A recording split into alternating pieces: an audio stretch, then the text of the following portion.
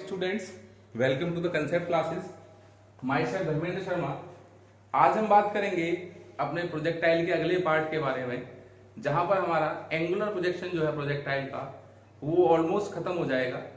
उसके बाद केवल हमारे पास एक टॉपिक ऐसे बचेगा प्रोजेक्टाइल में, that was projectile on an inclined plane. तो वो हमारा कंप्लीशन का है थोड़ा, तो वो भी मैं कराऊंगा आपको, मगर उसके लिए हम अलग क्लास रखेंगे। आज की क्लास में हम केवल जो प्रोजेक्टाइल का बचा हुआ पोर्शन है उसके बारे में आज हम बात करेंगे। तो ज्यादा बड़ी वीडियो रहेगी नहीं है, सो ज्यादा टाइम न लेकर हम स्टार्ट करते हैं।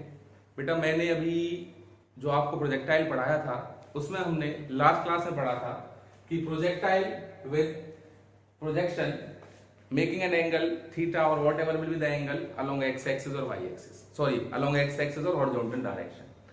अब अगर हम बात करें, सबसे पहला रिजल्ट जो हमारे पास, पहला जो केस हमारे पास आता है प्रोजेक्टाइल में, वो क्या होगा, एक कंडीशन आती है हमारे पास जिसमें क्या होगा, two angles for same horizontal range.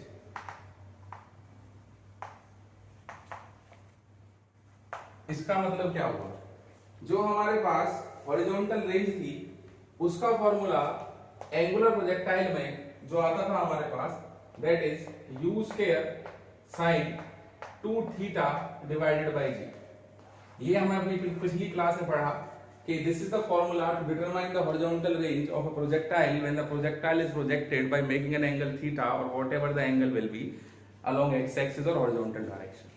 अब हम बात करेंगे क्या ये पॉसिबल है कि दो डिफरेंट एंगल्स के लिए r की वैल्यू सेम हो जाए, उसके बारे में यहां पर हमें बात करनी है। क्या ऐसा हो सकता है या फिर नहीं हो सकता।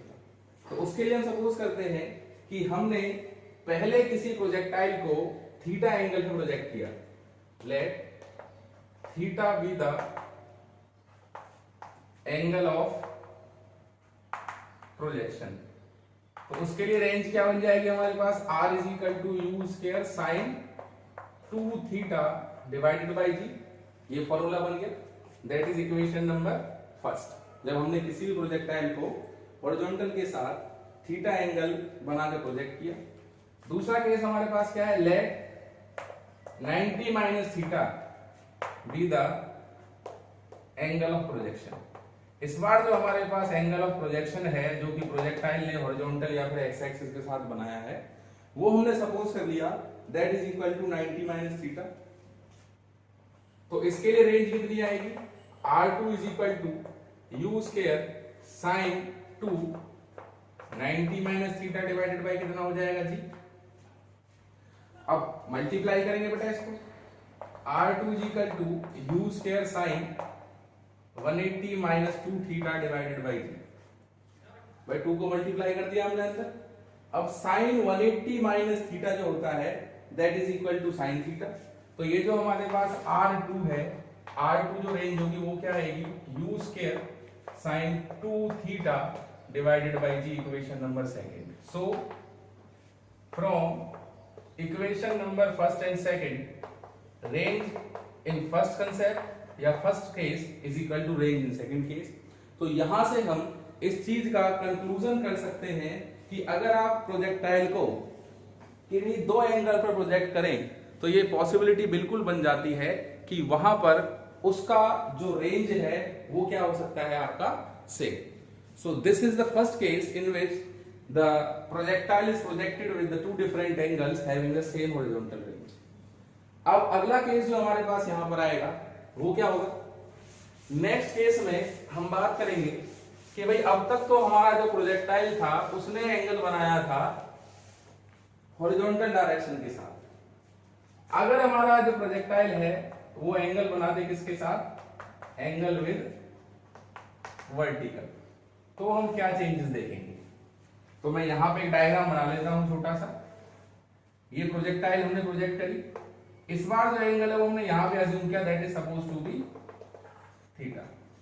अगर ये एंगल थीटा है, this is your vertical, this is your horizontal direction with initial velocity u, तो ये वाला एंगल कितना हो जाएगा हमारे पास, 90 माइनस थीटा। तो हम रिजल्ट्स को देखते हैं।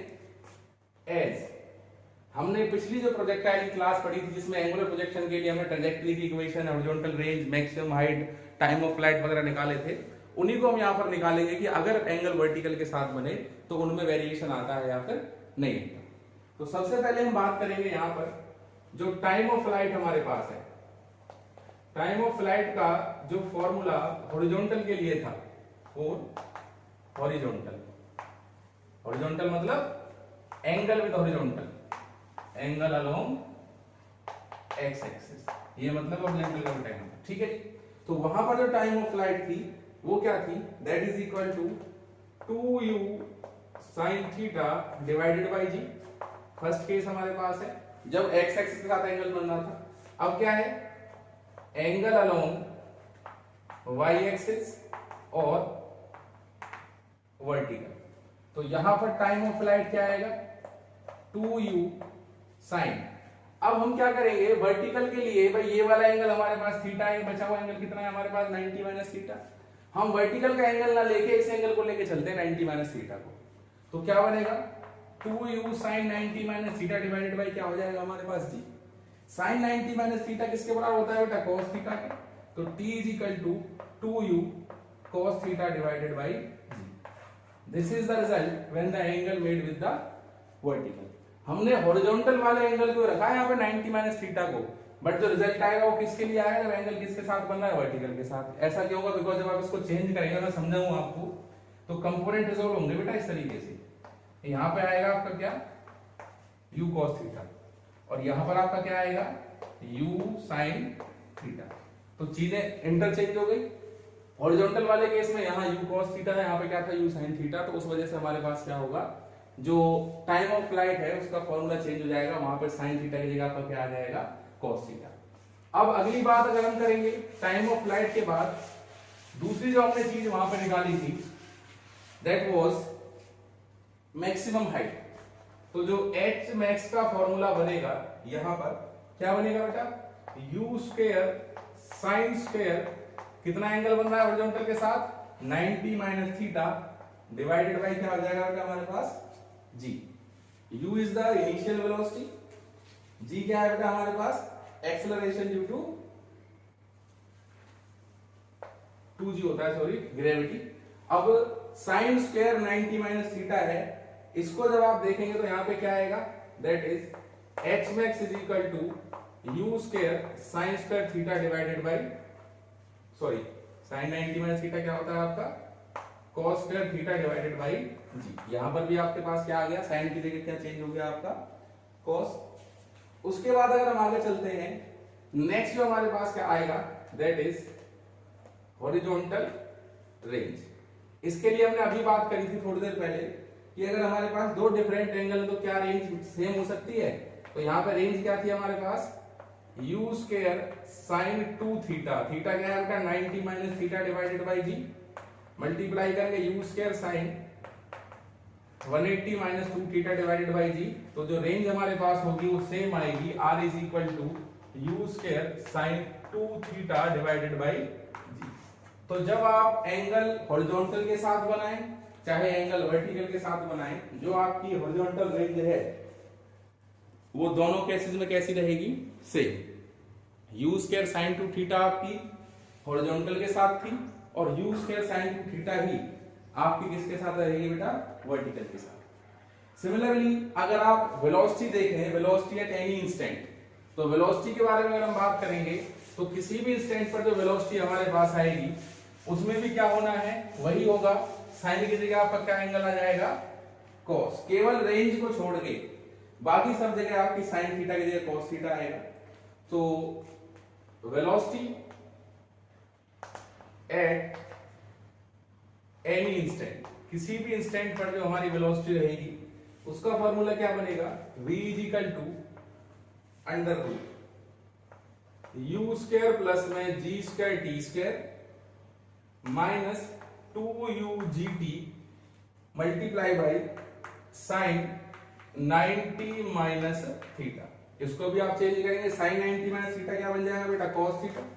तो जो वेलोसिटी हमारे पास होगी वो भी क्या बनेगी, u स्क्वायर प्लस में g square t square 2ugt into में cos थीटा। यहां पर भी साइन की जगह क्या आ गया आपका cos थीटा, जब एंगल किसके साथ बना है आपका वर्टिकल के साथ। Similarly in the case of path of projectile या फिर इक्वेशन ऑफ ट्रेजेक्टरी, अब वहां पर जो इक्वेशन ऑफ ट्रेजेक्टरी थी वो क्या थी, y is equal to x tan theta minus x square upon में 2u square cos square theta. ये हमारे पास फॉर्मूला वहां पर होता था।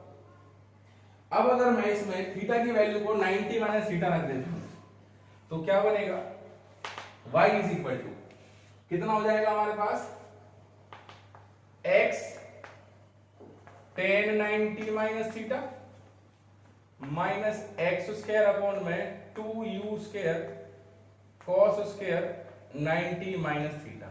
tan 90 माइनस थीटा क्या बनता है बेटा हमारे पास cot थीटा, और cos 90 माइनस थीटा क्या बनता है हमारे पास sin थीटा। तो x cot theta minus x square upon में 2u square sin square theta. ये इक्वेशन कब बनेगी, जब आपका एंगल किसके साथ बनेगा, वर्टिकल के साथ। और जो हॉरिजॉन्टल की इक्वेशन है वो हमारी लिखी हुई है, that is x tan theta minus x square upon में 2u square cos square theta. So this is all about the difference between projectile equations when the angle is made along horizontal or x axis और angle is made along vertical और y axis। तो ये हमारे पास projectile का जो academic level है वहां तक कंसेप्ट क्लियर है। आगे जब हम बात करेंगे, अब नेक्स्ट हमारा आएगा, उसमें क्या होगा, अगर मैं नेक्स्ट को थोड़ा आपको बताऊं यहाँ पर जो हम अगली क्लास में पढ़ने वाले हैं, उसमें क्या होगा कि जो हमारे पास प्रोजेक्टाइल है इस बार वो किसी हॉरिजॉन्टल सरफेस पे नहीं होगी, इस बार प्रोजेक्टाइल जो होगा that is on a vertical plane.